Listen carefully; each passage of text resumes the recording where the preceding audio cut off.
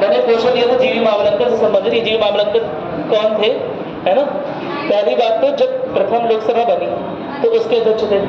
उसके पहले क्या हुआ, जब संविधान सभा विधायिका के तौर पर अपना दायित्व निर्वहन कर रही थी, सुनो मेरी बात नहीं करो। जब संविधान सभा विधायिका के तौर पर अपना दायित्व निर्वहन कर रही थी तो उस समय संविधान सभा, या उसे विधायिका बोलना ज्यादा सही रहेगा, उस विधायिका की अध्यक्षता कौन करते थे? जीवी मावलंकर। क्या मेरी बात सुन रही?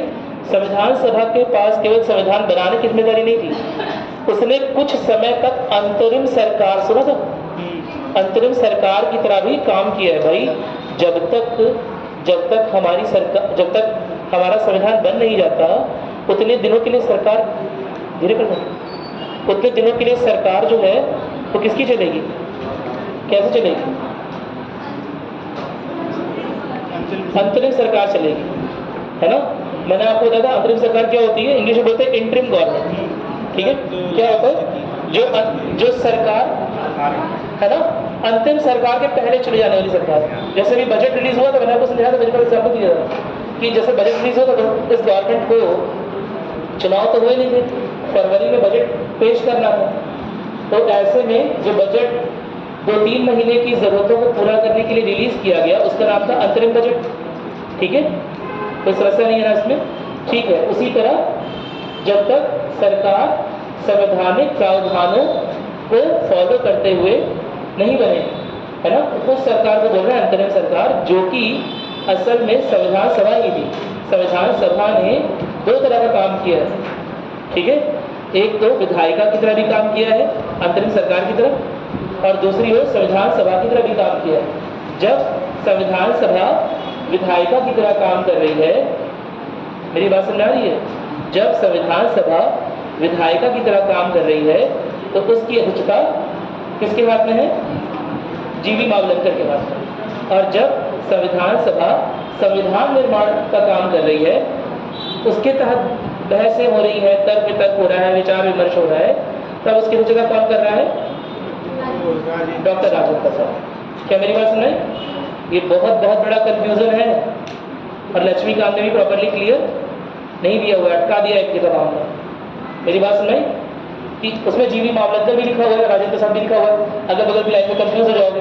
जब देखो संविधान सभा, असल में मैंने एक ही समझाई थी आपको, असल में उसका गठन संविधान को बनाने के लिए हुआ था। क्या? हाँ, हुआ तो था बनाने के लिए, लेकिन उनका चयन एक तरह से सेंट्रल लेजिस्लेटिव काउंसिल के रूप में हुआ था, केंद्रीय विधायिका परिषद के रूप में हुआ था। ठीक है, कि जब अंग्रेज जा रहे हैं और हमारा नया संविधान रेडी नहीं है, लगभग लगा ना 2 साल 11 महीने 18 दिन, है ना, तो उतने समय तक सरकार कौन चलाएगा? उतने समय भी वही संविधान सभा विधायिका बनकर सरकार चलाएगी। तो समस्या नहीं है ना? और जब वो सरकार चला रही होगी तो उस सभा की अध्यक्षता कौन कर रहे होंगे? उस विधायिका की या उस विधान परिषद की। उसे बोलते हैं केंद्रीय विधान परिषद। क्या बोलते हैं? केंद्रीय विधान परिषद। अंतरिम सरकार जिस केंद्रीय विधान परिषद के थ्रू चल रही है ना, उसकी अध्यक्षता कौन कर रहे होंगे? जीवी मावलंकर। और जब संविधान सभा संविधान निर्माण का काम कर रही है, उस पे जो कानून लिखे हैं, जो प्रावधान लिखे हैं, वो बहस कर रही है, तर्क वितर्क कर रही है, तो उसके अध्यक्ष कौन हो जाएंगे? डॉक्टर राजेंद्र प्रसाद। नहीं समझ पाया? समझ में आ गया? और कुछ और भी कंफ्यूजन? आप लोग रोज पढ़ रहे होंगे, रोज लंबे नोट्स बना रहे होंगे, पूरी उम्मीद है, रोज मेंस के आंसर लिख रहे होंगे, कुछ लोग रोज सुबह पढ़ रहे होंगे, रोज सुबह शाम पढ़ना शुरू कर दिया। तब पढ़ोगे एग्जाम के बाद, रोज पढ़ना स्टार्ट कर दो, पढ़ाई लिखाई बढ़ाओ, है ना? आधे घंटे 1 घंटे न्यूज़पेपर को दे रहे हो, कितने लोग न्यूज़पेपर देना शुरू कर रहे? झूठ बोलो, सही बोलो। क्या चीज से? सही बोल रहे हैं? चलो एक लोग बोल रहे हैं, तो बस 2 लोग न्यूज़पेपर देख रहे हो। मैंने आपको बता दिया कि 30% 20% क्वेश्चन जो है वो न्यूज़पेपर के लिंक्ड आर्टिकल से आते हैं, बताया हुआ है ना? और न्यूज़पेपर में क्या देखना है, बताया था? क्या देखना है? कौन सा पेज?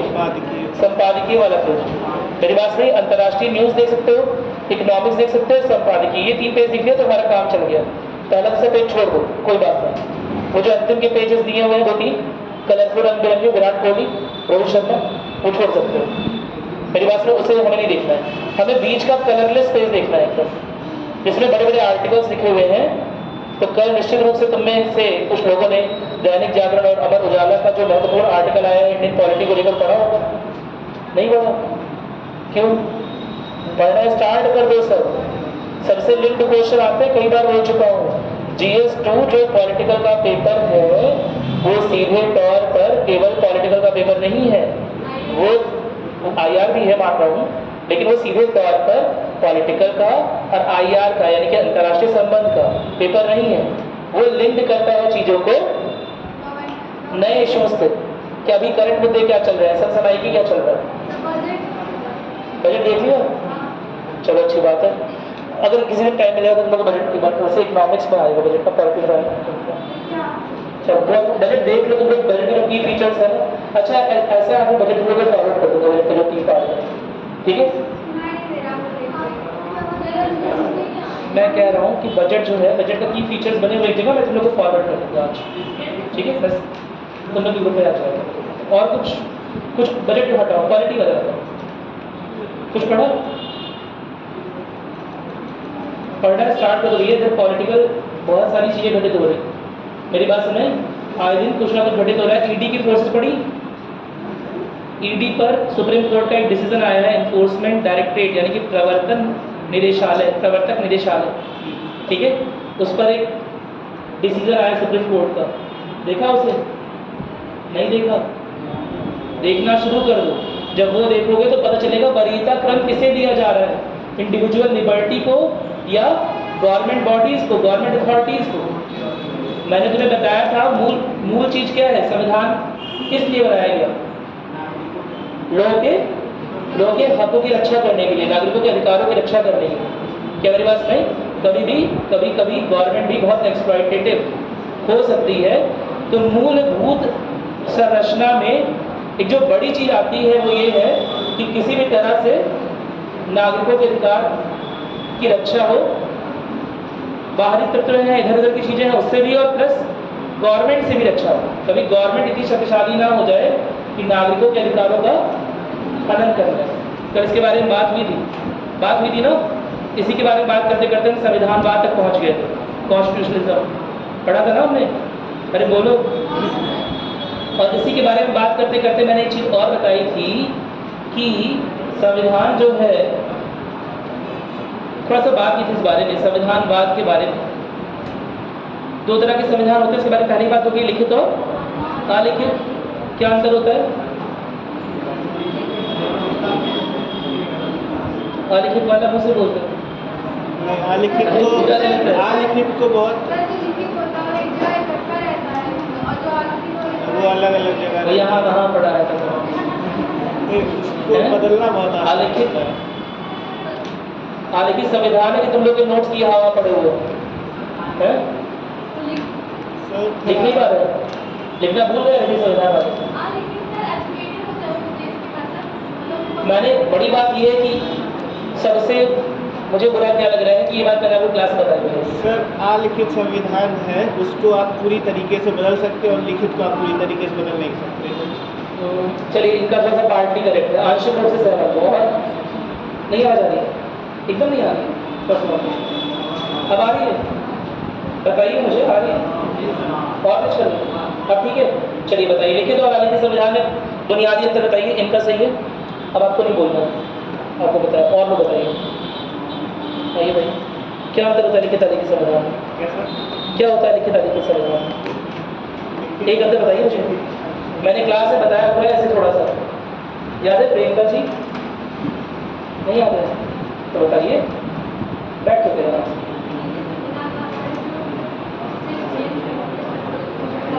हाँ, लिखित संविधान को हंसे के बारे में बताइए, बदलने के लिए।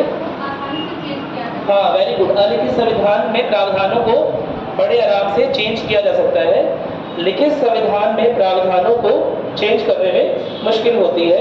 यह दिखाता है कि अलिखित संविधान कुछ ज़्यादा ही लचीला होता है। मेरी बात सुनिए, जबकि लिखित संविधान में लचीलापन होता तो है लेकिन अलिखित के मुकाबले कम होता है। क्या मेरी बात सुन रहे हैं? लचीलापन समझते हैं। लचीलापन मैंने बताया था कि बदलते सामाजिक परिदृश्यों के अनुसार, बदलती सोसाइटी के अनुसार हमें संविधान में कुछ प्रावधान बदलने पड़ेंगे, कुछ मॉडिफिकेशन करने पड़ेंगे। क्या मेरी बात समझ आ रही है? और जितना लचीला संविधान रहेगा उतना ही इस बात की संभावना ज़्यादा रहेगी कि आने वाला जो टाइम, आने वाला समय है, उसके अनुसार, उसके लोगों के अनुसार, उनकी ज़रूरतों के अनुसार नए प्रावधान को संविधान का हिस्सा बनाया जा सके। इसीलिए हर एक संविधान में थोड़ा लचीलापन रखा जाता है। क्या मेरी बात समझ में आ गई? इसमें कोई दिक्कत तो नहीं है ना? एक तो ये अंतर हो गया लिखित और अलिखित में। लचीलापन, लचीले संविधान की बात हुई है, शायद थोड़ा पढ़ा भी होगा आप लोगों ने, है ना? हमारे संविधान में दोनों तरह की चीजें हैं, लचीलापन भी और कठोरता भी है। नम्य और अनम्य बोलते हैं शायद। मेरी बात में नम्यता और अनम्यता दोनों है, रिजिडिटी और फ्लेक्सिबिलिटी दोनों, ठीक है? मैंने आपको एक दिन यूएस के संविधान का एग्जाम्पल दिया था, अमेरिका के, कि अब तक बहुत हो गए होंगे तो 20, 25, 30 संशोधन तक हुए, इससे ऊपर नहीं पहुंचा है। मेरी बात सुनाई? और बने हुए कितने साल हो गए?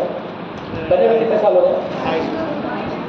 लगभग 240-250 सालों में कुल मिलाकर 27-28 संविधान संशोधन हुए हैं, टू बी एग्जैक्ट। उसमें से भी कुछ पर तो बहस चल रही होती है लगातार वहाँ की जुडिशरी, कुछ पर लगातार वहाँ की जुडिशरी में, वहाँ की न्यायपालिका में बहस चल रही होती है कि यह संविधान संशोधन शायद इतना सही नहीं किया गया। लगातार बहस का मुद्दा होता है।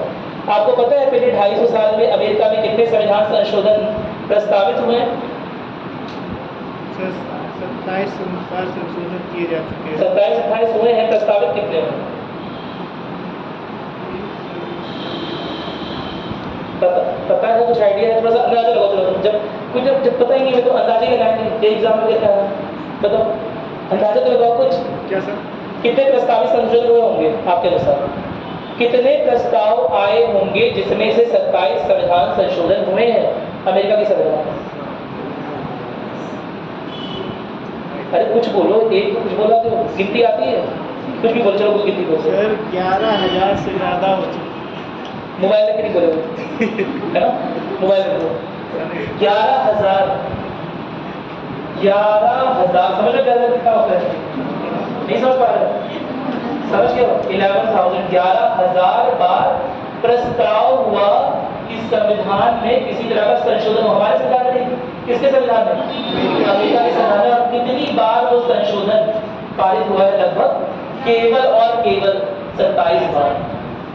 बड़ी बात नहीं लग रही है? बहुत बड़ी बात है। 11,000 बार हुआ, है ना? उसमें से 27 बार केवल पारित हुआ, बाकी बार 10,000 कितनी बार हो गया? जितना भी बच रहा हो माइनस करके निकाल दोगे, 10,900 समथिंग बार रिजेक्ट हो गया संविधान का संशोधन। क्या यह संविधान तुम्हें लचीला लग रहा है? नहीं, यह संविधान थोड़ा सा कठोर, अनम्य बोलते हैं, ठीक है? यह संविधान कठोरता का संविधान है, ठीक है? उसमें संविधान का संशोधन करना आसान नहीं है, बड़ा कठिन है। इसीलिए तो केवल 7 आर्टिकल में पूरा संविधान निपट गया। बोलो, मेरी बात सुनाई? और अपने यहाँ देश आजाद हुए कितना समय हो रहा है? 60 आजाद हुए। ऐसे बंद करो, पहले बंद कर दिया, बंद हो चुका है। जल्दी आंसर दे रहे हो? 1 घंटा हो गया। बताओ 1 घंटा हो गया। क्या चीज़ है? बताओ, मैं दोबारा पूछ रहा हूँ कि गुस्सा नहीं भाई? जी सर, पूछिए सर। मैं दोबारा पूछ रहा हूँ, अपने यहाँ संविधान लिखे कितना समय हो गया? 75 साल, 75 ईयर्स, लगभग 75-76, ठीक है? संविधान लिखे लगभग 75-76 साल हो रहे हैं अपने यहाँ। और संशोधन कितने हुए हैं? 106, यानी कि उनके 3 गुने 4 गुने, ठीक है? और प्रस्ताव कितने आए हुए? लगभग ओवरऑल प्रस्ताव 150 के आसपास है। क्या मेरी बात सुनाई? लगभग ओवरऑल प्रस्ताव इसके पास है 150 के आसपास। कुछ राज्यसभा में, कुछ लोकसभा में, कुछ कहीं खारिज हुए, ठीक है? प्रस्ताव की बात करें तो 150 लगभग आए थे प्रस्ताव। क्या मेरी बात सुनने आ गई? कोई दिक्कत तो नहीं है ना? हमने अमूमन मान लेते हैं, सब कोई इसमें संख्या की जरूरत नहीं है, लेकिन अमूमन मान लो 150 में से 106 हमने पास कर दिए, और उन लोगों ने 11,000 में से 10,900 रिजेक्ट कर दिए संविधान संशोधन। किसका ज्यादा लचीला है? अरे क्या लचीला है? संविधान। नहीं समझ पाए तो समझ गया ना? क्यों? क्योंकि संविधान के संशोधन की जो असीमित क्षमता हमारे संविधान की है, नए बदलते सामाजिक परिदृश्यों के अनुसार, नए समाज के अनुसार नए कानून को बनाए जाना, नए प्रावधानों का लिखा जाना, नियमों में संशोधन करना, इसकी स्वच्छंदता जितना हमारा संविधान देता है उतना किसी और देश का संविधान नहीं देता। क्या मेरी बात समझ? तो लचीलापन तो है हमारे, लेकिन इसी लचीलेपन का इस्तेमाल करके क्या होने लगा, संविधान को बहुत बार, कई बार, बार बार चेंज किया जाएगा। क्या मेरी बात समझ? इसी संवैधानिक संशोधन के आर्टिकल 368 का, और ऐसा नहीं है कि मैंने इस बात के बारे में बताया था आपको, किसी ने क्वेश्चन भी पूछा था उसके बाद, ऐसा नहीं है कि केवल आर्टिकल 368 के संशोधन का ही, आर्टिकल 368 का ही इस्तेमाल करके संविधान का संशोधन किया जा सकता है। ठीक है, कुछ संविधान के संशोधन बिना आर्टिकल 368 का इस्तेमाल किए भी किए जा सकते हैं। वो क्या होते हैं बताऊंगा, उसके लिए परेशान नहीं। मेरी बात सुने? यानी कि अगर आर्टिकल 368 के इस्तेमाल के अलावा भी संविधान को संशोधित कर सकते हैं, तो क्या यह थोड़ा और लचीला बनाने की कोशिश नहीं है ना? थोड़ा और लचीला बन गया ना, कि बिना आर्टिकल 368 कुछ प्रावधान ऐसे भी हैं जहां अनुच्छेद 368 के उपयोग के बगैर संविधान को बदला जा सकता है। संविधान को बदलने से संविधान के कुछ प्रावधान बदले जा सकते हैं। क्या मेरी बात समझे? कुछ संशोधन हो सकते हैं, कोई दिक्कत तो नहीं है ना? आर्टिकल 3, आर्टिकल 13 एक और आर्टिकल बता दूंगा, उसके लिए परेशान है। लेकिन है क्या लचीलेपन पे जोर नहीं दे रहे? लेकिन कोई चीज लचीले तोड़ डालोगे क्या है? कोई लचीली चीज पा लेंगे तो तोड़ उखाड़ देंगे। तो हमारे देश की सरकार ने क्या करना शुरू किया, इस लचीलेपन का फायदा उठाना शुरू कर दिया। एक समय में 1960-1970 के दशक में बोलते हैं कि बहुत सारे संवैधानिक संशोधन प्रस्तावित होने लगे और कई बार संविधान में संशोधन किए जाने लगे। ठीक है, तो जब संविधान में बार बार संशोधन हो रहा है, बार बार संशोधन हो रहा है, तो एक दिन तो ऐसा आ जाएगा कि पूरा का पूरा संविधान ही संशोधित कर दोगे, पूरा चेंज कर दोगे, बदल दोगे। क्या मेरी बात सुने? इस चीज से बचने के लिए केशवानंद भारती केस शायद सुना हो आप लोगों ने, सन 1973 में एक सुप्रीम कोर्ट ने एक आधार दिया, मूलभूत संरचना की अवधारणा दी कि जो मूलभूत संरचना होती है संविधान की, उसमें बगैर किसी तरह का चेंज किए अगर संविधान का संशोधन किया जा रहा है तो मान्य है, अदरवाइज मान्य नहीं। क्या मेरी बात सुने? कोई चीज लचीली है, देखो ये समझ लो हमारी बॉडी संविधान। क्या मेरी बात सुने? ये उंगली लेटर सपोज है ना, हमारे संविधान के लचीलेपन को दिखा रही है। मैं इस उंगली से कुछ भी कर रहा हूँ, चलो इन्हें मैंने सुरबुत कर दी कि जो मन करे बोलो, ये नई गवर्नमेंट है, इनके बगल में बीजेपी गवर्नमेंट बैठी है, इनके बगल में कम्युनिस्ट पार्टी बैठी हुई है, लेटर सपोज मैंने इन्हें आज़ादी दे दी कि मेरी उंगली से जो मन करे वो, है ना, जहाँ जो मन करे जहाँ प्रेस कर लो, लॉग खोलना है लॉग खोल लो, फिंगरप्रिंट ले लो, जो मन करे कर लो।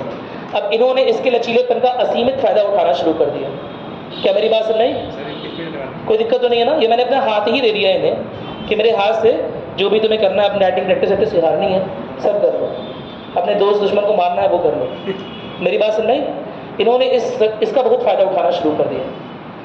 लेकिन अब इतना थोड़ा फायदा उठा लेंगे कि इसे खींचते खींचते ये जो मेरा ढांचा है हड्डियों का उखाड़ देंगे। मेरी बात सुन रही? तो ठीक उसी तरह, ठीक उसी एकदम इसी तरह सब जो सुप्रीम कोर्ट है उसने निर्देशित किया कि संविधान का भी एक मूलभूत ढांचा, क्या मेरी बात सुनी? जैसे हमारे शरीर में अस्थियां है ना, स्केलेटन, वैसे ही संविधान में भी एक मूलभूत ढांचा है और इस तरह का उपयोग या उसके लचीलेपन के लिए जो प्रावधान दिया हुआ है उसका इतना अनावश्यक दुरुपयोग नहीं करना है कि ढांचे पर कोई तरह का असर पड़े। ढांचा ही तोड़ दो, लचीलापन मिल गया तो ढांचा ही बदल दो, ऐसा करने की गवर्नमेंट। क्या मेरी बात सुन रही? तो ये सब प्रॉपर्टीज आप पढ़ेंगे, परेशान होंगे। कल लास्ट में क्या लिखवा रहे थे? कुछ समझ में आया? अच्छा, लिखित की बात थोड़ी सी की हमने, दोबारा थोड़ा सा और बात करने तरीके, हालांकि भी लिखवाऊँ कभी। लिखित संविधान में पहला अंतर ये हो गया, किसी ने बोला था, दो लोगों ने सही बोला है, एक आपने क्या बोला था? कि उसको मतलब पूरी तरीके से चेंज किया जा सकता है लिखित को और इसको पूरी तरीके से? हाँ, इनका कहना कुछ हद तक सही है कि अलिखित संविधान को पूरी तरह से, क्योंकि उसमें ढांचे का अभाव है, अलिखित संविधान में ढांचे का थोड़ा अभाव है। पार्लियामेंट यानी कि संसद की शक्ति सर्वोपरि है। क्या बेसिक कॉन्सेप्ट है उसके पीछे? उसके पीछे बेसिक कॉन्सेप्ट ये है, इसलिए ऐसा इसलिए किया गया, ये माना गया कि जो 70, 80, 100 साल पहले जो बुजुर्ग संविधान लिख के गए, है ना, उनका हम पर ज्यादा हक होना चाहिए, या फिर हमारे द्वारा इलेक्टेड रिप्रेजेंटेटिव, हमारे द्वारा निर्वाचित जो सदस्य चुनकर जा रहे हैं, हमारे द्वारा जो एमपी चुनकर जा रहे हैं, सांसद चुन के जा रहे हैं, उनका ज्यादा हक होना चाहिए। कुछ सोच बताओ, क्या जवाहरलाल नेहरू का इलेक्शन तुम लोगों ने किया था? कौन तुम क्या वोट देने गई थी? किसे वोट किया? नेहरू और अम्बेडकर किसे वोट दिया था?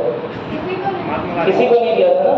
तो घबराओ नहीं, बोलो, ठीक है? पुराने जन्म की बात नहीं कर रहा मैं, ये मत बोला कि पिछले जन्म में हम गए थे तो नेहरू जी को वोट दिया था। मेरी बात नहीं, तुम में से किसी ने कांग्रेस को वोट दिया था क्या? संविधान सभा बनाएगा, यानी कि जो लोग संविधान बना के गए हैं, क्या तुम उनसे सहमत थे? तुम तो अभी भी आए हो, अभी 18-20 साल के हो, पता नहीं पहले चुनाव में पार्टिसिपेट किया कि नहीं किया, तुम उनसे सहमत थे क्या? तो संविधान तो तुम बना के गए, तुम्हें होता हुआ संविधान नहीं लग रहा है? बुजुर्ग बना के चले गए, हम झेल रहे हैं, तो नहीं लग रहा है? मुझे तो थोड़ा लग रहा है, उन्होंने कुछ कह दिया, उन्हें क्या पता मेरी जिंदगी कैसे कट रही है, कितनी परेशानी है, नेटवर्क लगता नहीं है जियो का। संविधान की वजह से आजादी मिला, आजादी की वजह से संविधान मिला हुआ, मेरी बात समझ? संविधान की वजह से आजादी नहीं मिली, आजादी की वजह से संविधान मिल गया। सुनो मेरी बात, मैं जो क्या बोल रहा हूँ, मैं तुम्हें ये समझाने की कोशिश कर रहा हूँ, बहुत आसान भाषा में, कि जो लिखित संविधान होता है, जैसा उन्होंने बोला, उसे चेंज करना बड़ा आसान होता है, उसे पूर्णतः परिवर्तित करना आसान होता है। उसमें मूलभूत ढांचे की थोड़ी सी कमी होती है, और कहीं ना कहीं ये दिखाता है कि उसका लचीलापन बहुत बहुत ज्यादा है।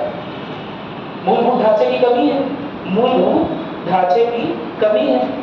अब कौन सा रबड़ होता है? Non dust. कौन सा रबड़ होता है? खींचते रहो टूटता ही नहीं, है ना? वैसा कुछ रबड़ ऐसा सिस्टम है, खींच रहो टूट ही नहीं रहा। क्या मेरी बात सुने? कोई दिक्कत तो नहीं है? और मैंने तुम्हें क्या बताया एक और बात, वहां पर ब्रिटेन के संविधान में क्या है, यह माना गया कि जो इलेक्टेड रिप्रेजेंटेटिव है, जो इस जनरेशन आज की जनता द्वारा जो निर्वाचित सदस्य हैं, आज के सांसद, नहीं समझो, आज के जनप्रतिनिधि, उनका संविधान पर ज्यादा हक है, क्योंकि वो आज के मुद्दों को अच्छे से रिप्रेजेंट कर सकते हैं, उनका प्रतिनिधित्व कर सकते हैं और उन्हें समझते हैं। क्या तुम्हें उनकी बात गलत लग रही है? ज्यादा नहीं लगी, उनकी बात सही लगी, थोड़ी बहुत उनकी बात सही है। क्या मेरी बात सुनाई? कोई दिक्कत तो नहीं है इसमें। और हमारे यहाँ क्या है, हमारे यहाँ जो संविधान उन्होंने लिख दिया, मूर्खों ने। अब यदि तुम्हारी आस्था है ना, तो बोलो नहीं, जवाहरलाल नेहरू बहुत अच्छे आदमी थे, लिख के गए हैं तो अच्छे लिख के गए होंगे, अम्बेडकर जी अच्छे इंसान थे, मेरी बात में लिख के गए हैं तो अच्छे, तो तुम्हारी आस्था है, तुमने उनके बारे में जाना है, पढ़ा है, लेकिन क्या कभी निजी रूप से मिले हो क्या? हाँ, व्हाट्सएप पे बात होती है तुम्हारी? अम्बेडकर जी का नंबर किसी के पास है? नहीं है ना? तो निजी रूप से जानते हैं कैसे अच्छे आदमी है, पढ़ के ना, अरे ठीक है, लेकिन पढ़ के पता चला ना। क्या मेरी बात सुनाई? लेकिन फिर भी हमने उनके हाथ में क्या दे दिया? अपना संविधान बनाने की शक्ति दी, और केवल अपने, उस समय के लोगों ने केवल अपने संविधान बनाने की शक्ति नहीं, वो संविधान जो आने वाले कई वर्षों तक फॉलो होगा, जो जनरेशन आफ्टर जनरेशन, पीढ़ी दर पीढ़ी फॉलो किया जाएगा, वो शक्ति। यानी कि हमारा समाज केवल यही शक्ति नहीं दे रहा, केवल कठोरी नहीं बना रहा, यह तो कठोरता हो गई ना कि चेंज नहीं हो रहा है, एक शक्ति उसे मिल गई, थोड़ा सा फ्लेक्सिबिलिटी, थोड़ा सा लचीलापन भी छोड़ दिया कि कोई नए प्रावधान, अगर नए जनरेशन के अकॉर्डिंग पीढ़ी दर पीढ़ी कुछ चेंज हो रही है, कुछ चीजें अगर कोई नए प्रावधान जोड़े जाने हैं, हटाए जाने हैं, तो आर्टिकल 368 या कुछ अन्य चीजों के साथ हटा सके या जोड़ सके। क्या मेरी बात समझ में आ गई? कोई दिक्कत तो नहीं है ना? ब्रिटेन का संविधान इस मामले में बेहद लचीला है, ठीक है? बेहद लचीला मतलब आर्टिकल 368 की जरूरत नहीं है, बड़े आराम से संविधान का संशोधन हो सकता है। 11,000 बार, समझ रहे हो ना? 11,000 बार अगर तुम लोग मुझसे कुछ पूछो तो मुझे शर्म आ जाए, ठीक है? 11,000 प्रस्ताव हुआ, संसद के लोग, एमपी, बड़े बड़े लोग 11,000 बार प्रस्ताव जब पहुंच रहे हैं, और ये संविधान का संशोधन मान लीजिए, और कितनी बार माना गया? 27 बार। मेरी बात सुनाई? यह दिखा दे रहा है कि संविधान बहुत कठोर है, किसी भी तरह के संवैधानिक संशोधन को अडॉप्ट इजीली नहीं कर पा रहे। क्या मेरी बात समझ आ गई? जहां पर लिखित संविधान होता है वहां पर जो पावर होती है ज्यादा, वो संविधान की होती है, उसे बदलना मुश्किल। क्या मेरी बात सुनाई? कोई दिक्कत तो नहीं है ना?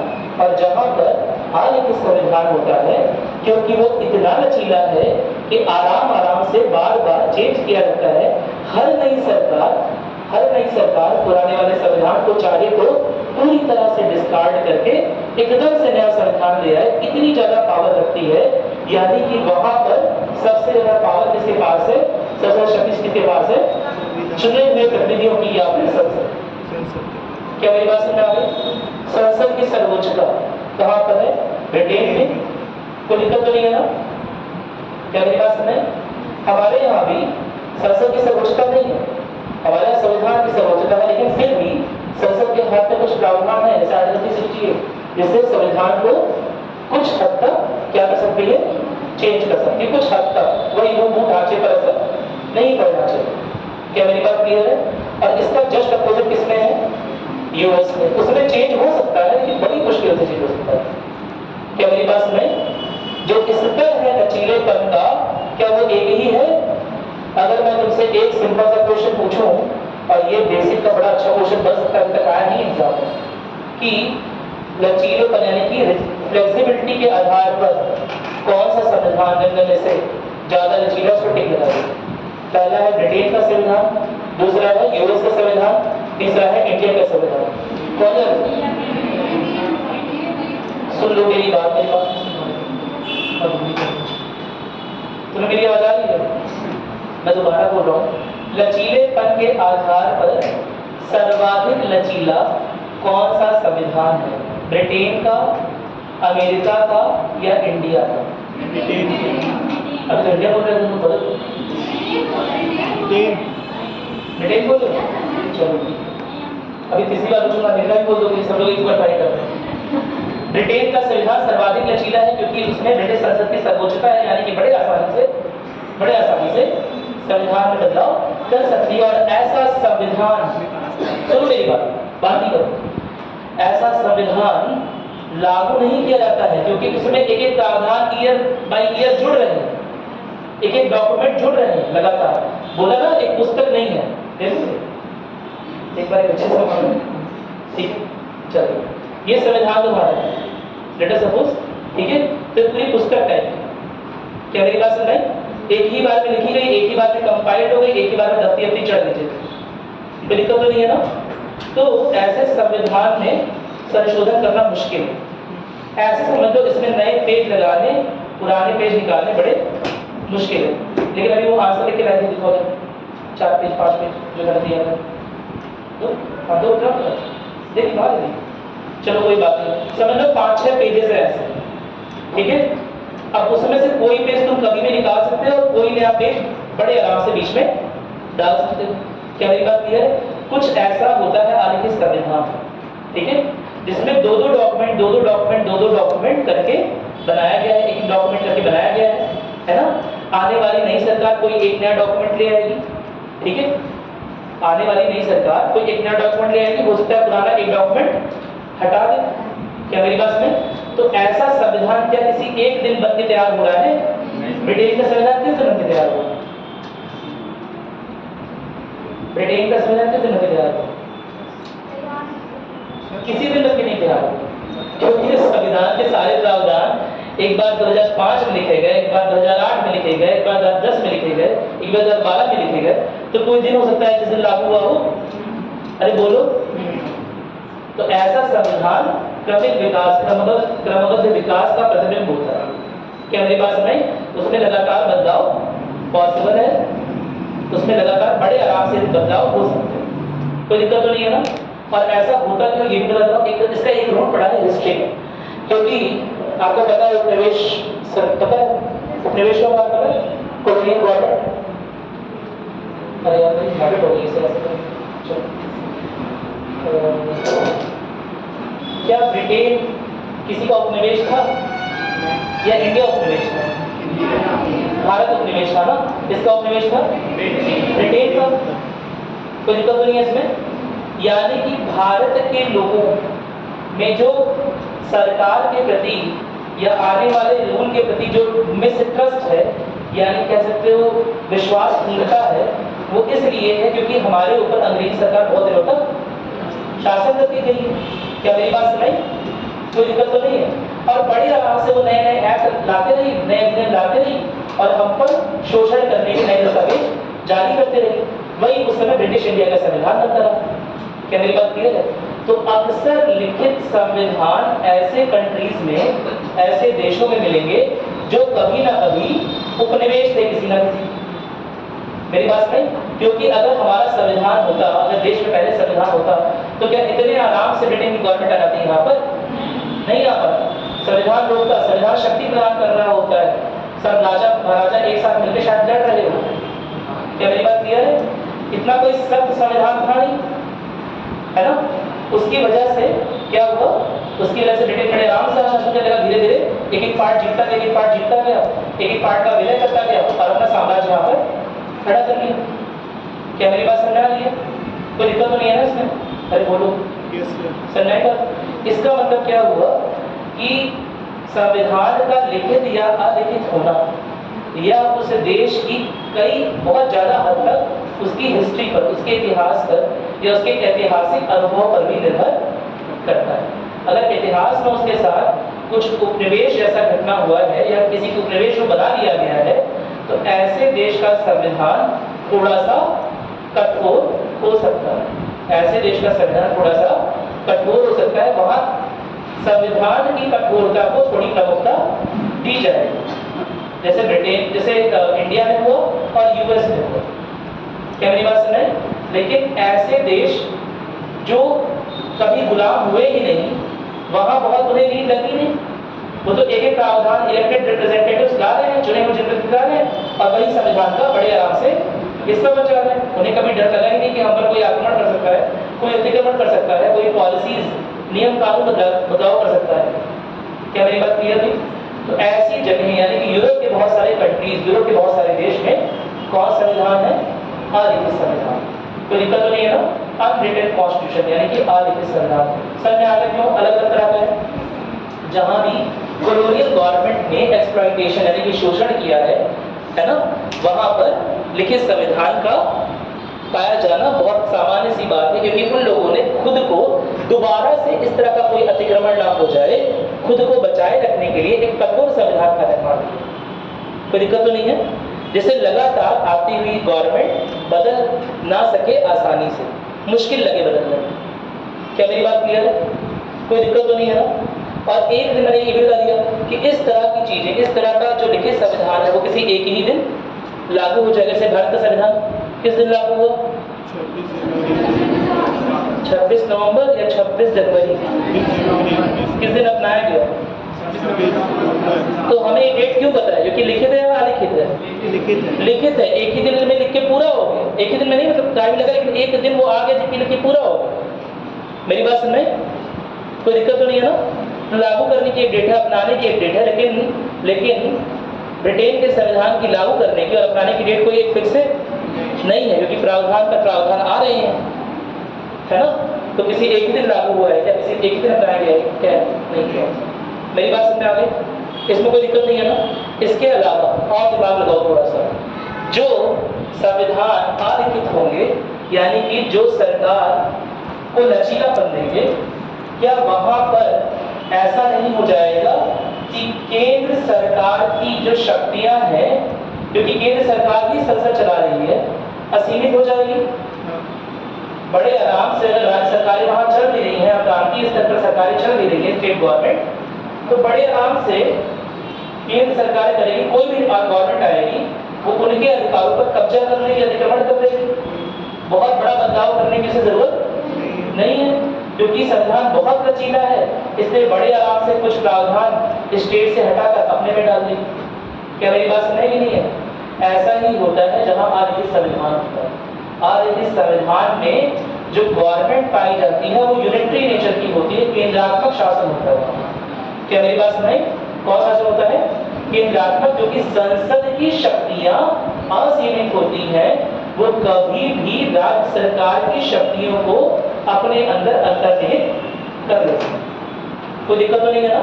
राज्य से उनके अधिकार छीन ले जाते हैं और राज्य सरकारें जो होती हैं वो केवल और केवल केंद्र सरकार की एग्जीक्यूशन एजेंसी जैसा काम करती हैं, यानी कि कार्यपालिका की तरह काम कर रही होती है बस। कोई दिक्कत तो नहीं है ना? राज्य सरकार बनी हुई है, लेकिन काम क्या कर रही है? जो केंद्र ने पॉलिसी बनाई, जो स्कीम बनाई, जो योजना बनाई, उसी को लागू करवाने का काम कर रही है। अपने आप से कोई कानून ज्यादा नहीं बना पा रही। कौन से इसमें हो रहा है? आलिखित संविधान में, जहां पर संविधान आलिखित है, यानी संसद सर्वोच्च है। समझो मेरी बात, जहां संविधान आलिखित है वहां संसद सर्वोच्च है, वो बड़े आराम से राज्य की शक्तियों का विलय अपने में कर सकती है, क्योंकि शक्तियों का बंटवारा बहुत कठोरता से नहीं किया गया है। शक्तियों का बंटवारा का प्रावधान रहा होगा उसमें भी, लेकिन बड़ी कठोरता से नहीं है।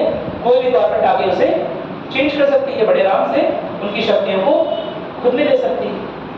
नहीं समझ पाए बात? समझ आ गया? लेकिन जहां पर लिखित संविधान है, जहां पर प्रॉपर शक्तियों का बंटवारा है, पूरी तरह से शक्तियों का विभाजन है, वहां पर किसी भी तरह की सरकार हो सकती है। यूनिटरी यानी कि केंद्रात्मक भी हो सकती है, ठीक है, फेडरल यानी कि संघात्मक भी हो सकती है, या जैसी अपनी है वैसी भी हो सकती है। यानी है तो संघात्मक, लेकिन कुछ फीचर्स केंद्रात्मक है। केंद्र के ओर झुके हुए संघात्मक सरकार की संरचना है हमारे पास। क्या मेरी बात नहीं? हमारी सरकार कैसी बताया था? संघात्मक है संरचना में, लेकिन केंद्र की ओर झुकाव रखती है थोड़ा सा। केंद्र के पास कुछ अधिक पावर है राज्यों की अपेक्षा। क्या मेरी बात क्लियर है? और शक्तियों का अतिक्रमण ना हो राज्यों का, इसलिए जो लिखित संविधान है वो इतना लचीला नहीं है कि आराम से शक्तियों को अवशोषित कर ले अपने में केंद्र। क्या मेरी बात क्लियर है? इसीलिए शक्तियों का बंटवारा जो है, जो डिस्ट्रीब्यूशन ऑफ पावर है, वो बहुत लंबे समय तक चल सकता है आराम से। लेकिन संविधान बहुत लंबे समय तक क्या, जब तक संविधान चलेगा तब तक आराम से चल सकता है। मेरी बात समझ आ गई? जबकि आलिखित संविधान में यह देखा गया है कि केंद्र सरकार की शक्तियां, संसद की शक्तियां क्योंकि सर्वोच्च होती हैं, इसीलिए कभी भी राज्य सरकार की शक्तियों को वो कम कर ही देती है, कभी भी नहीं। अपने आप ही राज्य सरकार की शक्तियां कम होती है। राज्य सरकार, प्रांतीय सरकार केवल केंद्र के द्वारा जारी किए गए या लिखे गए योजनाओं को लागू करने के लिए प्रतिबद्ध होती है, बस। अपनी योजनाएं कुछ नहीं बना पाती, क्योंकि उसके क्षेत्र अधिकार कम होते हैं। भाई उसके पास अधिकार रहे होंगे, लेकिन संसद में सर्वोच्चता किसकी है? संसद के संविधान की। आलिखित वाले में, जो आलिखित वाला है उसमें संसद की सर्वोच्चता है, यानी बड़े आराम से स्टेट गवर्नमेंट की पावर को कभी भी केंद्र सरकार ले ली होगी। क्या मेरी बात समझ में? क्या मेरी बात समझ में आ रही है? कोई समस्या तो नहीं है? लिखित आलिखित में क्लियर हो गया? समझ में आया? समझ लो, आराम से सोचो। रश्मिकांत चक्कर नहीं, सब दिखा नहीं, रश्मिकांत दिखा, रश्मिकांत तो क्या रश्मिकांत यहाँ मैं बैठा हूँ, रश्मिकांत की बात मत लिखो, हर चीज नोट करो दिमाग में। मेरी बात सुन रही? नोट किया कहीं कुछ? नोट करो ये सब जो 3-4 चीजें बताएं।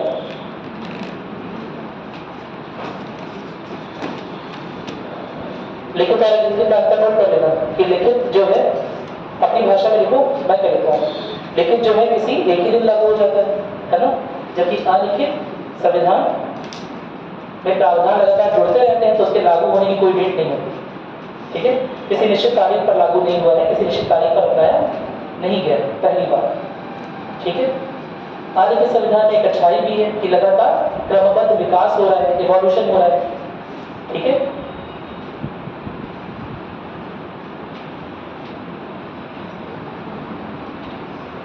लिख दूं मैं? देखो यार, तुम ग्रेजुएशन पे हो,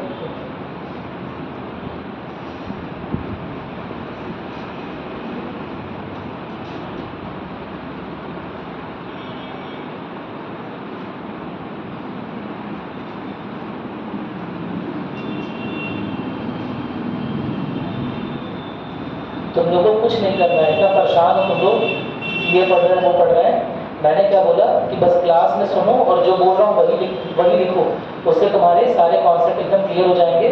तुम अच्छे खासे यानी कि बहुत ज़्यादा क्वेश्चन करके आओ, ठीक है। उतना लक्ष्मीकांत और NCERT मिला के पढ़ लोगे तो भी नहीं हो पाएगा, जितना मैं तुम्हें बता दे रहा हूँ, क्योंकि बहुत सारी चीज़ें बेसिक बता दूंगा और बेसिक से सारे क्वेश्चन खत्म हो जाएंगे, रटने से क्वेश्चन नहीं खत्म होंगे। मेरी बात सुनाई? ठीक है, ठीक है। एक तो ये वाला अंतर लिख लीजिएगा, लागू किए जाने वाला ये वाला।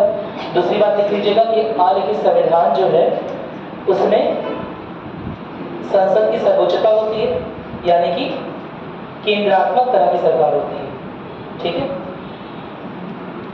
जबकि जो लिखित संविधान है वो उसमें शक्तियों का प्रॉपर डिस्ट्रीब्यूशन, शक्तियों का अच्छे से बंटवारा होता है, जिसकी वजह से केंद्रात्मक, संघात्मक या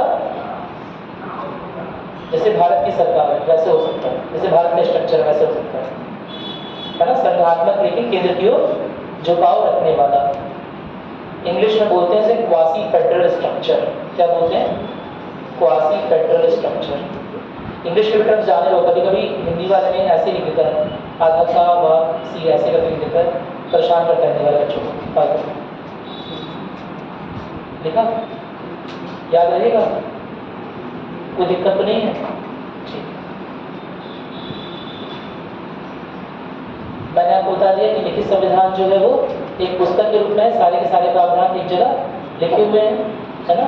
जो अलिखित संविधान है उसमें वो लिखित प्रावधानों का संकलन नहीं है ना। जो लिखित संविधान है उसमें संकलन है सारे प्रावधानों का, जो अलिखित है उसमें सारे प्रावधानों का संकलन नहीं है। एक एक प्रावधान आगे आने वाले समय में बड़े आराम से जोड़े जा सकते हैं और हटाए जा सकते हैं, ठीक है। इसके अलावा लेकिन अलिखित में कौन सा लिखवाना है?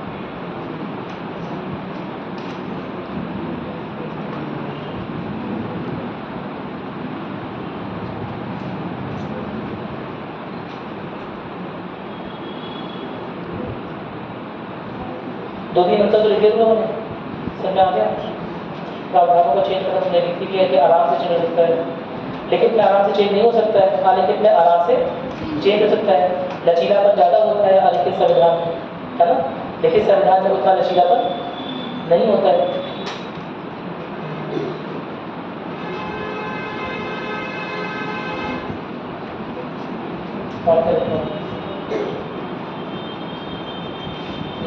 का एक पार्ट देख लेते हैं इसमें।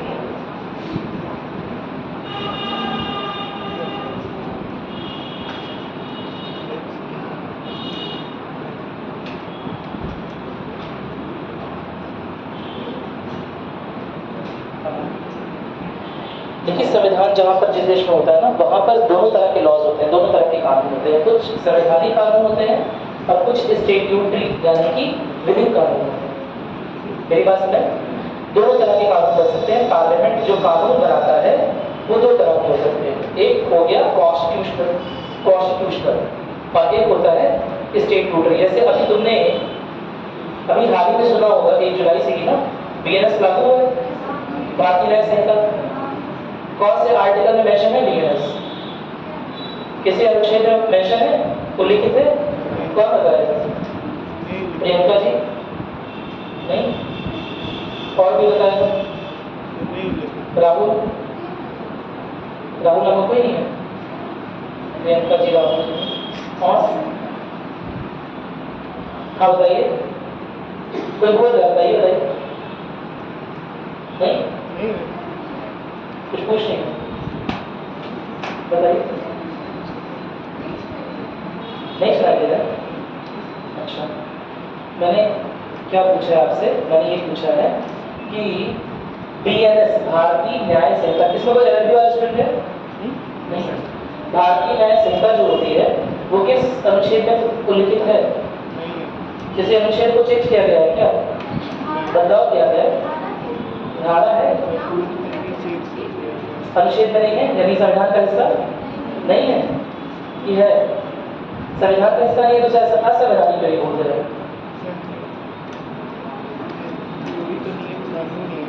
संविधान का हिस्सा नहीं है, उसे क्या बोलना सही होगा? असंवैधानिक या गैर संवैधानिक? गैर संवैधानिक, असंवैधानिक, सोच के बोलो, कंफ्यूज तो करूंगा। गैर संवैधानिक एकदम सही है। असंवैधानिक चीज तो एग्जिस्ट कर ही नहीं सकती, क्योंकि ऐसी चीज जो संविधान के चीजों के खिलाफ हो, तो संविधान के साथ विरोधाभास रखती हो, उसे तो गवर्नमेंट या उसे तो जुडिशरी एग्जिस्ट नहीं करने देगी, उसे काट देगी, खत्म कर देगी, निरस्त कर देगी। यानी गैर संवैधानिक है पहली बात। ठीक है, क्या किसी अनुच्छेद में लिखा हुआ है? क्या आईपीसी, सीआरपीसी और इंडियन एविडेंस एक्ट आईईए किसी उसमें लिखा हुआ था? ये धारा है, लेकिन धारा तो मैं समझ रहा हूँ, ये सब अलग अलग पुस्तकें, अलग अलग पुस्तकें में धारा, आईपीसी, सीआरपीसी और इंडियन एविडेंस एक्ट। क्या मेरी बात सुनाई? क्या संविधान में किसी तरह की उल्लेखना है, किसी तरह कुछ लिखा हुआ है? तो फिर कैसे लगा अभी तक आईपीसी, सीआरपीसी? संविधान में तो लिखा ही नहीं हुआ। क्योंकि सुनो मेरी बात, यही तो सुनते नहीं हो तुम लोग ध्यान से, यही तो बताया कि ऐसे जगह पर जहां पर लिखित संविधान है, वहां पर दोनों तरह के कानून पास हो सकते हैं। एक होता है संवैधानिक कानून और एक होता है विधिक कानून। क्या मेरी बात सुनाई? यह वैधानिक कानून बोल सकते हो, स्टैट्यूटरी लॉ और कॉन्स्टिट्यूशनल लॉ। ठीक है, कोई दिक्कत तो नहीं है। लेकिन जहां पर अलिखित संविधान होता है, वहां पर केवल और केवल कॉन्स्टिट्यूशनल लॉज ही होते हैं। जितने भी कानून बनेंगे, जितने भी प्रावधान बनेंगे, वो नए वाले संविधान का हिस्सा बन जाएंगे, क्योंकि अलिखित संविधान है, लगातार बदल रहे हैं। कोई कानून बनाया, वो अपने आप संविधान का हिस्सा बन गया। लेकिन अपने यहाँ हर एक कानून क्या संविधान का हिस्सा बन जाएगा? हिंदू मैरिज एक्ट नाम सुने हो? कहाँ लिखा हुआ है? संविधान किस धारा में लिखा हुआ है? संविधान के अनुच्छेद में किस अनुच्छेद में लिखा हुआ है? संविधान की धारा नहीं, सही बात है, संविधान किस अनुच्छेद में लिखा हुआ है? तकिया लेकर और तो बहुत अच्छी नहीं करेगी, सही बता रहा हूँ। बताओ क्या नहीं? अरे जो काम करना अच्छे से करो। नहीं क्या हल्ला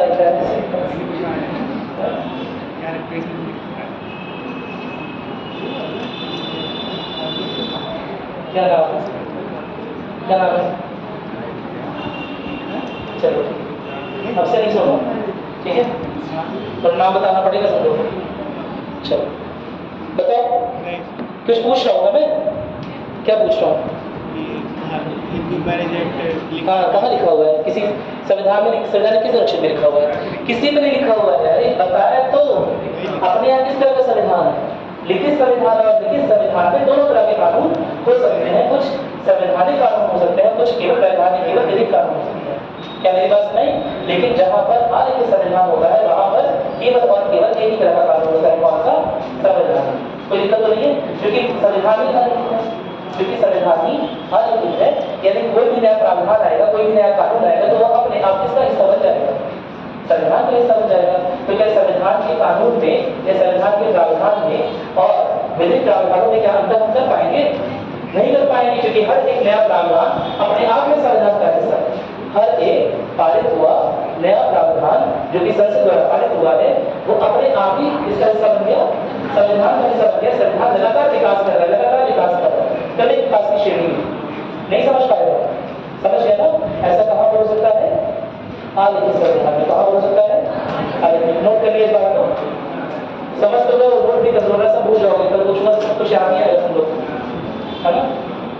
नोट कर लो इस भाषा में, अपनी भाषा में, ठीक है? कि जो लिखित संविधान होता है उसमें दोनों तरह के कानून होते हैं, संवैधानिक और स्टैट्यूटरी, कॉन्स्टिट्यूशनल और स्टैट्यूटरी, यानी कि संवैधानिक और वैधानिक, ठीक है? या विधिक भी हो सकता है, ठीक है? जबकि आज के संविधान में जितने भी कानून आएंगे एक ही होंगे, अपने आप संवैधानिक कानून। एकदम क्लियर हो गया? कोई दिक्कत आपको कोई समस्या नहीं रह गई? अरे बोलो, बहुत लोग लक्ष्मीकांत की 40 पढ़ते रहते हैं।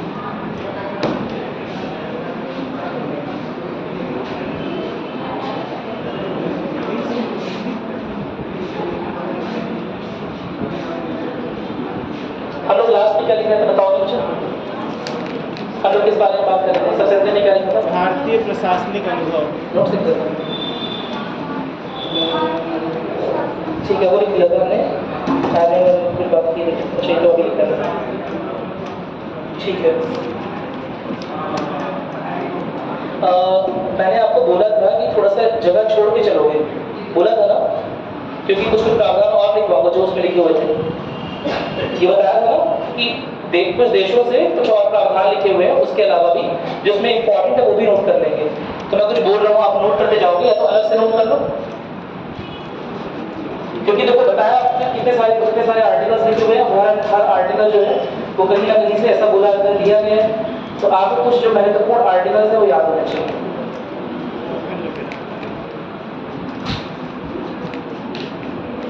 कल कितने लोग आए थे? आए थे कल?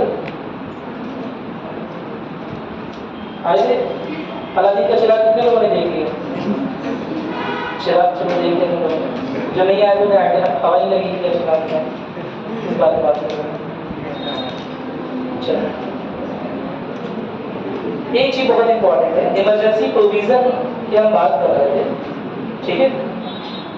तो उसमें थोड़ा सा करेक्शन और करवाना है, ठीक है? जर्मनी की बात की थी हमने आपातकाल के बारे में, क्या लिखा था बताओगे मुझे? कि आपातकाल के प्रावधान जो है, आपातकाल के प्रावधान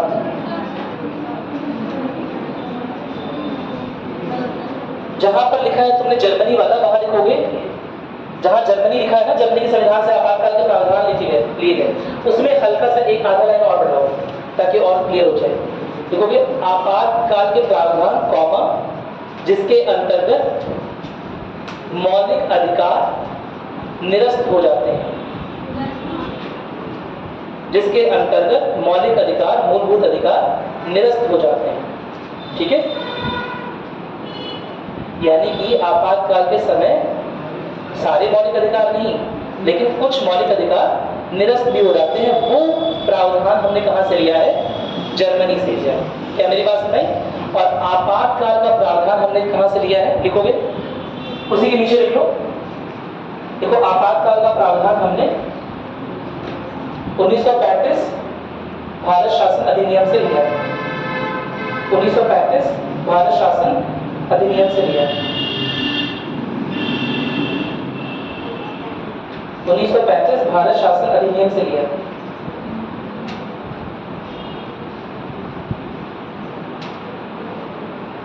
कोई दिक्कत नहीं है? ठीक है। आप मुझे बताओगे आयरलैंड में क्या लिखा है? आयरलैंड में राज्य के लिए निर्देशक तो और सर राष्ट्रपति द्वारा नामित राज्यसभा के सदस्यों का प्रावधान। ठीक है। उसी में आयरलैंड में एक पॉइंट और लिखो, थोड़ा छूट गया है, देखो राष्ट्रपति का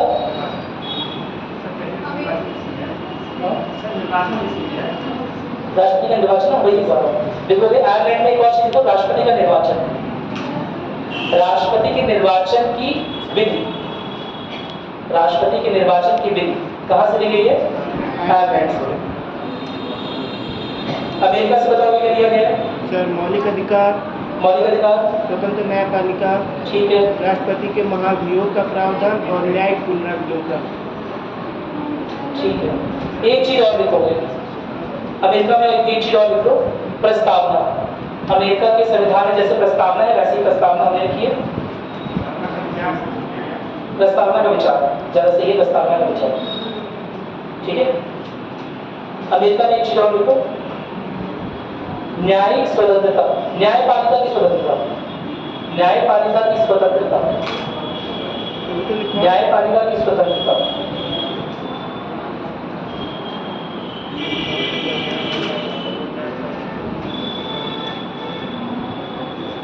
अमेरिका में कौन चीज लिखो? अमेरिका वाले देखो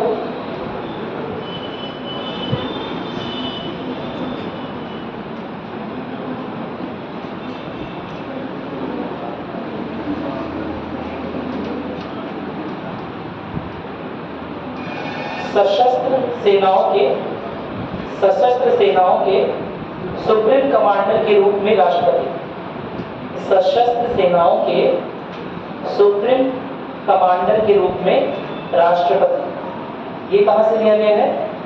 अमेरिका से, ठीक है। बहुत इंपॉर्टेंट है ये इंटरनेशनल रिलेशन में, जो अभी मैं लिखवाया। क्यों इम्पोर्टेंट है? क्योंकि भारत के साथ ही एक और देश आजाद हुआ था। भारत के साथ ही, भारत के एक दिन पहले, 10-12 घंटे पहले एक और देश आजाद हुआ था। नाम बताओ। पाकिस्तान। कौन? पाकिस्तान। भारत के, अब दोस्तों का सहारा लेंगे थोड़ा सा, कल बात करें इस बारे में, देखते हैं, है ना। क्या बता रहा था मैं कि भारत के साथ एक और देश आजाद हुआ, पाकिस्तान आजाद हुआ, आपको पता है, अच्छी बात है। और भारत के साथ जब पाकिस्तान आजाद हुआ, क्या वहां पर संवैधानिक संस्थाओं का, संवैधानिक निकायों का विकास वैसे ही हुआ है? क्या वहां पर लोकतांत्रिक ढांचा इतना ही मजबूत है जितना भारत का है? नहीं है। एक कारण बताओ क्यों नहीं? क्यों वहां पर बार बार मिलिट्री का शासन आ जाता है? वहाँ शक्तियों का बहुत अधिक केंद्रीकरण। हाँ, क्यों? वहां का संविधान कैसे लिख दिया गया है कि वहां पर नेताओं से ज्यादा मिलिट्री पावर पा जाएगा? क्योंकि सेना प्रमुख, क्योंकि सेना प्रमुख के पास असीमित शक्तियां हैं, और यहाँ पर जैसे एग्जीक्यूटिव, लेजिस्लेटिव और जुडिशरी होती है, यानी कि कार्यपालिका, विधायिका और न्यायपालिका होती है, वैसे ही वहां पर डिस्ट्रीब्यूशन ऑफ पावर 4 लोगों के पास है। कार्यपालिका, न्यायपालिका, विधायिका और सेना। मेरी बात सुनाई? यहाँ पर क्या है कि कार्यपालिका का हेड यानी कि राष्ट्रपति ही सेना का सुप्रीम कमांडर, सेना प्रमुख वही। क्या मेरी बात सुनाई? यानी कि उसके आदेश के बिना, उसकी साइन के बिना कभी भी मिलिट्री टेक ओवर संसद पे नहीं कर सकती, कभी भी मिलिट्री खुद से संसद नहीं चलाने लगी। लेकिन पाकिस्तान में ऐसा नहीं है, जिसकी वजह से अब तक 3 से 4 बार ऐसा हो चुका है कि विधायिका को हटाकर खुद सेना ने शासन शुरू कर दिया। क्या मेरी बात समझ आ रही? इसमें कोई समस्या नहीं है ना, कोई दिक्कत नहीं है। ये कौन सा आर्टिकल में लिखा हुआ है? अनुच्छेद आप पढ़ के आए होंगे, थोड़ा सा पढ़ी रहो। कौन सा अनुच्छेद में लिखा हुआ है कि सेना प्रमुख हमारे यहाँ के राष्ट्रपति होंगे? हाँ, 53, 53। अच्छा, मैंने 53 बोला। चलो ठीक है, 53 सही है। आर्टिकल 53 अनुच्छेद 53 में लिखा हुआ है कि जो सेना प्रमुख होंगे वो राष्ट्रपति होंगे। क्या रही बात नहीं? किसने सेकंड में लिखा हुआ? अच्छा, 53 के सेकंड में लिखा हुआ है। Very good. 53 के सेकंड क्लॉज में लिखा हुआ है कि जो सेना प्रमुख होंगे वो राष्ट्रपति होंगे, यानी कि सेना कोई भी काम, कोई भी एक्टिविटी, बड़ी एक्टिविटी बिना राष्ट्रपति के आदेश के नहीं करेगी। और ये बताओ, हमारे यहाँ जो राष्ट्रपति आता है वो विधायिका से आता है या विधायिका राष्ट्रपति पे डिपेंडेंट होती है? विधायिका राष्ट्रपति से डिपेंडेंट। विधायिका राष्ट्रपति को वोटिंग करती है। मेरी बात नहीं, तब कहीं जाकर राष्ट्रपति आता है। हम क्या डायरेक्टली अपने राष्ट्रपति को चुनते हैं? नहीं, सीधे तौर पर नहीं, हम प्रत्यक्ष तौर पर अपनी विधायिका को चुनते हैं। और वो विधायिका MP और MLA जो मिलकर किसे चुनते हैं? देश के राष्ट्रपति को चुनते हैं।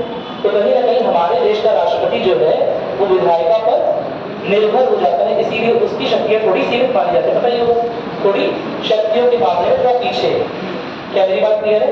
एक ऐसी फॉर्म ऑफ गवर्नमेंट को बोलते हैं पार्लियामेंट्री फॉर्म ऑफ गवर्नमेंट, सुना होगा, संसदीय व्यवस्था। ठीक है, हमारे यहाँ संसदीय व्यवस्था, संसद की ताकत जो है वो ज्यादा है, असल में देखा जाए ज्यादा है, राष्ट्रपति की ताकत थोड़ी सी कम है। क्या मेरी बात समझ में आ गई? कोई दिक्कत तो नहीं है ना? ठीक है, अभी हम इसके बारे में अलग से बात करेंगे, परेशान मत होइए। और कोई प्रोविजन? एक चीज और लिखिए, एक बताओ, एक चीज और लिखिए, लिखिएगा USA में अमेरिका से क्या लिया गया वो लिख देते हैं, कॉन्स्टिट्यूशन लिखिएगा।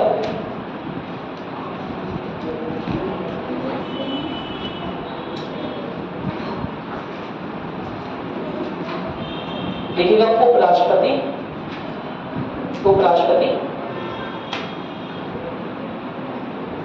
उपराष्ट्रपति राज्यसभा के अध्यक्ष के रूप में। यह प्रावधान भी कहां से लिया गया है? USA से लिया गया। ठीक है, हमारे संविधान में जो उपराष्ट्रपति की पोजीशन होती है ना, वो क्या क्या दायित्व निर्वाह कर रही होती है? राज्यसभा का अध्यक्ष के रूप में। और यह प्रावधान भी कहां से लिया गया है? USA से लिया गया है। कोई दिक्कत नहीं है इसमें? कोई समस्या नहीं है? ठीक है। ठीक है, अगली बात कर चुके हैं, मेरे ख्याल से ये सब चीज़ें हो गई हैं, संविधान बात भी मैंने आपको करवा दी है, और जो चीज़ें हैं वो देख लेते हैं। कल अक्षय लिखवा रहे शायद मैथ को, कल किस बारे में बात होती थी? संविधान की।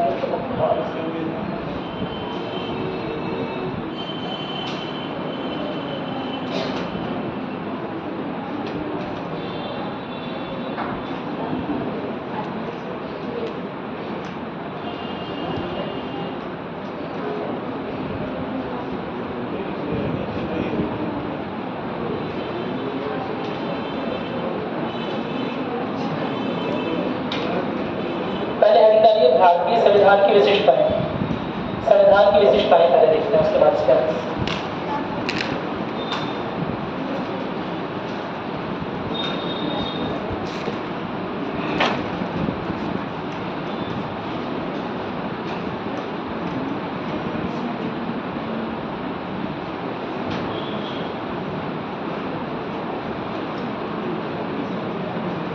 लिखिएगा। भारतीय संविधान विश्व के सबसे विस्तृत और जटिल संविधानों में से, भारतीय संविधान विश्व के सबसे विस्तृत और जटिल संविधानों में से एक है। सबसे विस्तृत और जटिल संविधानों में से एक है।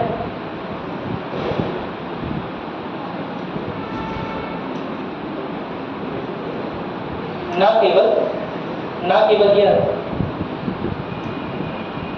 केवल यह नागरिकों के अधिकारों की सुरक्षा करता है,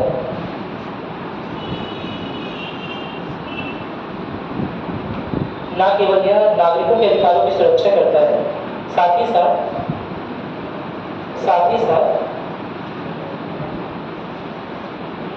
अपनी तमाम विशिष्टताओं के लिए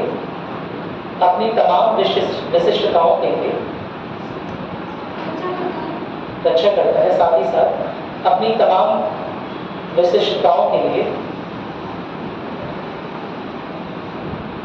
विश्व भर में जाना जाता है।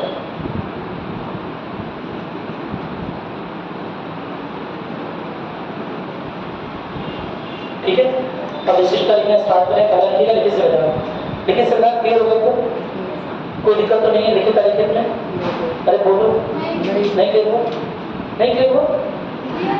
क्लियर हो गया? कोई दिक्कत दरबार यहाँ 1 घंटे से ही पढ़ा। देखो लिखित संविधान, देखो भारतीय संविधान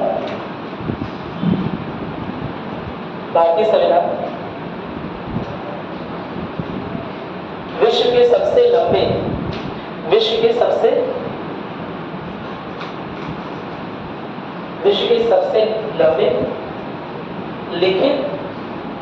लिखित संविधानों में से एक है। विश्व के सबसे लंबे लिखित संविधानों में से एक है। लिखिएगा।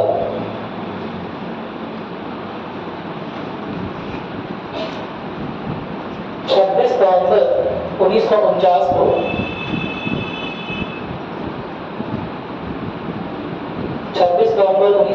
को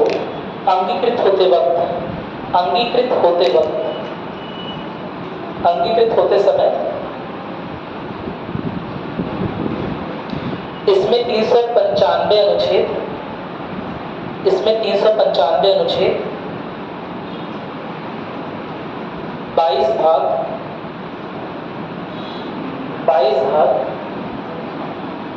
और 8 अनुसूचियां थी। इसमें 395 अनुच्छेद, 22 भाग और 8 अनुसूचियां थी।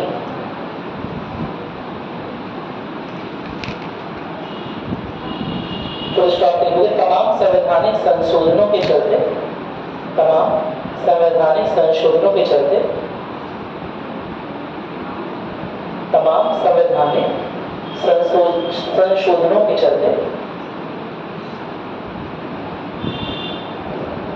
अब इसमें कितने अनुच्छेद हो गए?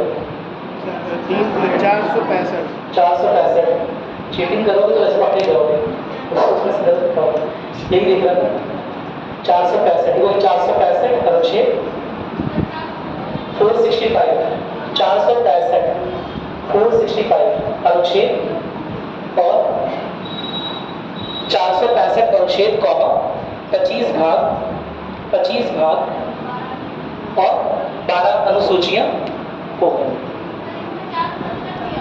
हाँ ठीक है, लगातार बढ़ रहा है। अगर ये जो मैं बता रहा हूँ 465 ये 101 व 102 तक था, क्योंकि आपको पता है 176 तक आ गया तो 465 तक हो गया। क्या मेरी बात समझ? 470 तक हो गया वो सर, ठीक है। तो आर्टिकल्स लगातार बढ़ रहे हैं, इसके लिए आपका कोई नंबर नहीं बैठता है, ये बात जान लो। अगर आपने 460-65 लिख दिया, अब ये नहीं कि 304 मतलब कुछ भी लिख दो, 400 लिख दो, ऐसे नहीं, लेकिन थोड़ा बहुत आसपास है। और अगर मान लो आने वाले समय में 4-5 या 2-3 आर्टिकल जुड़ जाते हैं तो उसकी वजह से आपका नंबर नहीं घटेगा, उसमें परेशान नहीं होगा। क्या मेरी बात सुने? क्योंकि कई बार संविधान संशोधन होने के बाद भी न्यायपालिका द्वारा निरस्त कर दिया जाता है, ठीक है? नहीं समझ में बात? कई बार संविधान संशोधन होने के बाद भी न्यायपालिका उसकी समीक्षा करती है और संविधान संशोधन को निरस्त कर देती है, ठीक है?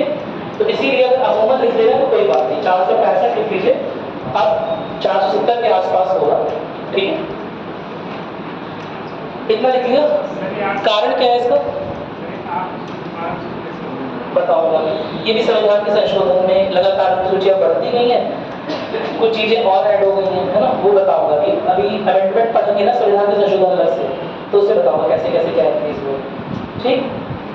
कोई दिक्कत नहीं है इसमें, इसके लिए परेशान ना हो। अनुसूचियां बढ़ने से संविधान के आर्टिकल्स बढ़ गए, वैसे अनुसूचियां बढ़ गई, कुछ इंपॉर्टेंट चीजें और डाल दी गई। लिखिएगा इसका कारण, लिख लीजिए कारण डैश करके लिखिएगा। देखिए मुख्य रूप से भारत शासन अधिनियम 1935 का, भारत शासन अधिनियम 1935 का, ये 1935 के अनेक प्रावधानों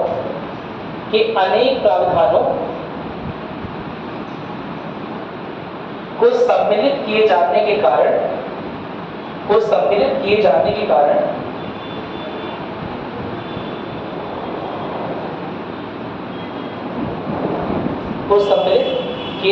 कारण भारतीय संविधान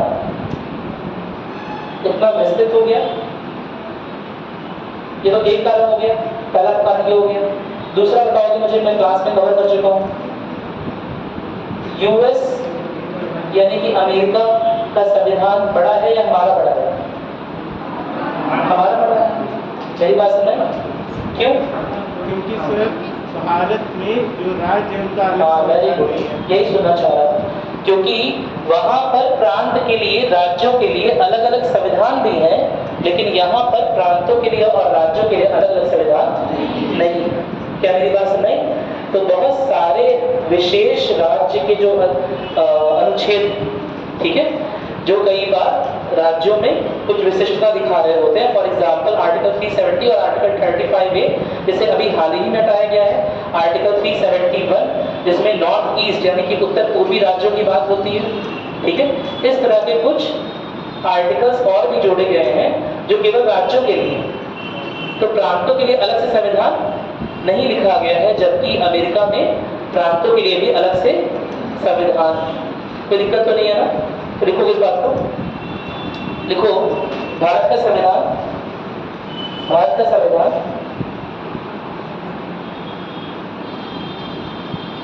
ना केवल केंद्र के लिए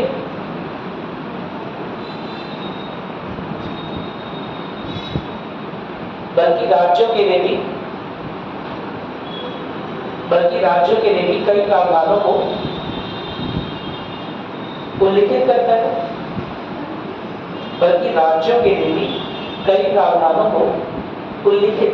करता है, या वर्णित करता है, सबको वर्णित करता है। कई प्रावधानों का वर्णित करता है, देखिए अब अलग से लिख पा रहा हूँ जिसकी वजह से विस्तृतता का कारण है। देखिए सेकंड कोई दिक्कत नहीं है। एक और कारण लिखोगे, तीसरा लिखोगे भारतीय संविधान में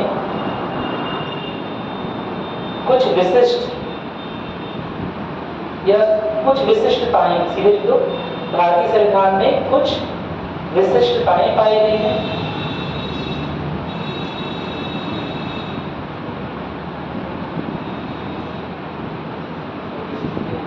जो अन्य संविधानों में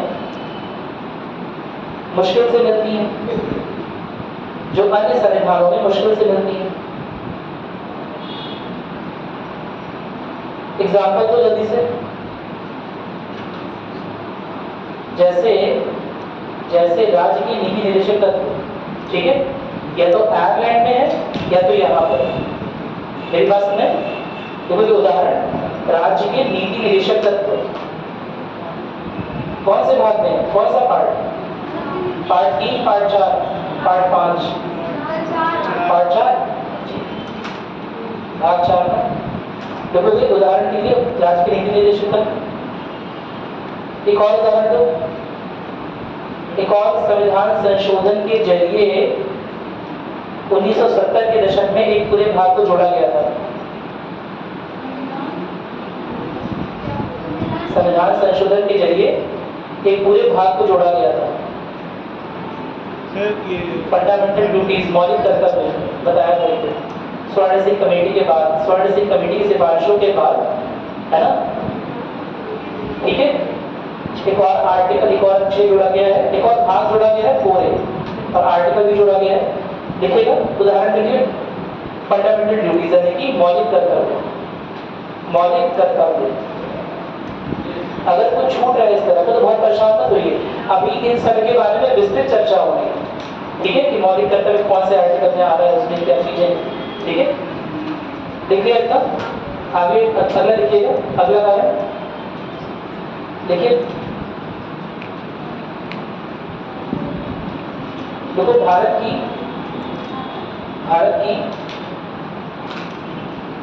कई सारी विविधताओं के, भारत की कई सारी विविधताओं के समावेश के लिए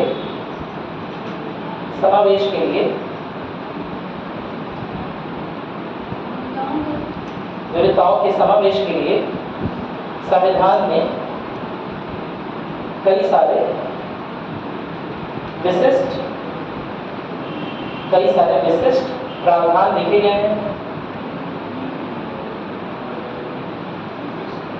विशिष्ट प्रावधान लिखे गए हैं। जैसे तुम्हें लगता है, बहुत सिंपल सी बात बता रहा हूँ, तुम्हें लगता है कि बाकी किसी, जहाँ पर लिटरेट सोसाइटी, जहाँ पर पढ़े लिखे लोग हैं, वहाँ पर अलग से बताना पड़ेगा कि छुआछूत नहीं करनी चाहिए, है? जहाँ पर लोग पढ़े लिखे हैं, जहाँ पर पहले से ही सिविलाइज सोसाइटी अच्छी हो चुकी है ना, लोग अपने अधिकार कर्तव्य और सब चीज़ें मालूम है, ठीक है, इवॉल्व हो गए दिमाग में, कॉस्मोपॉलिटन मेंटालिटी एक चीज़ होती है, वो आ गई दिमाग में, लेकिन सब लोग को बराबर समझते हैं, है ना। जहाँ पहले से लोगों में बराबरी की भावना है हल्की सी भी, क्या वहाँ पर अलग से प्रावधान लिखना पड़ेगा कि छुआछूत अपराध है? हाँ, नहीं लिखना पड़ेगा ना। अरे बोलो, मेरी बात सुन रहे हैं? तो यहाँ पर लिखना पड़ गया। यहाँ पर क्यों लिखना पड़ा? क्योंकि यहाँ पर उस समय की एक बड़ी सामाजिक बुराई थी छुआछूत की, और उसे दूर करने के लिए उस समय के संविधान रचयिताओं को समझ में आया कि इसे अलग से मेंशन करना चाहिए। मेरी बात सुन रहे हैं? कोई दिक्कत तो नहीं है ना? ठीक है।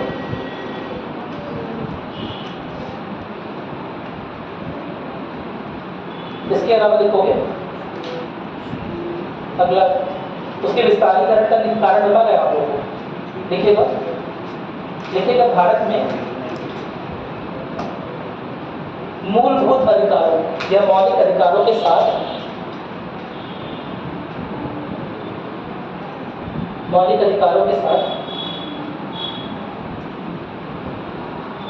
उनकी सीमाएं भी लिखी हैं। जबकि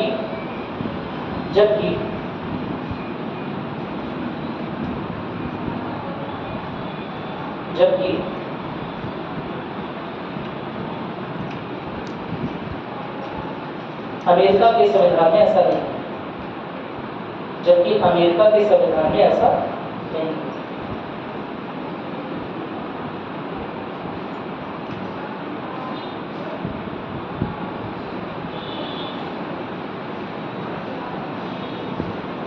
साथ ही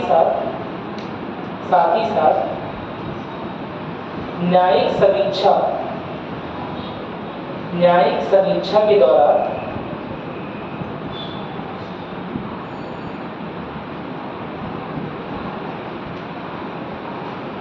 यदि किसी मौलिक अधिकार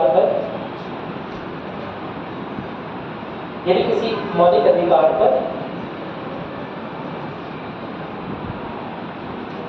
किसी तरह की सीमा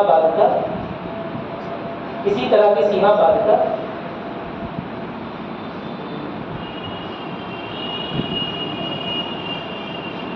सुप्रीम कोर्ट द्वारा निर्देशित की जाती है तो उसे भी सुप्रीम कोर्ट द्वारा निर्देशित की जाती है तो उसे भी संविधान का हिस्सा बना लिया जाता है। निर्देशित की जाती है तो उसे भी संविधान का हिस्सा बना लिया जाता है।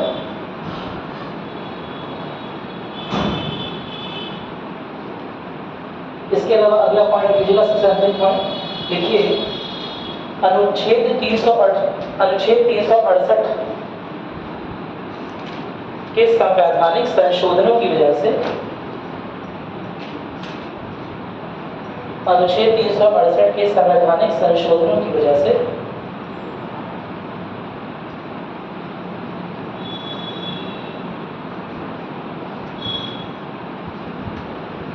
संविधान में लगातार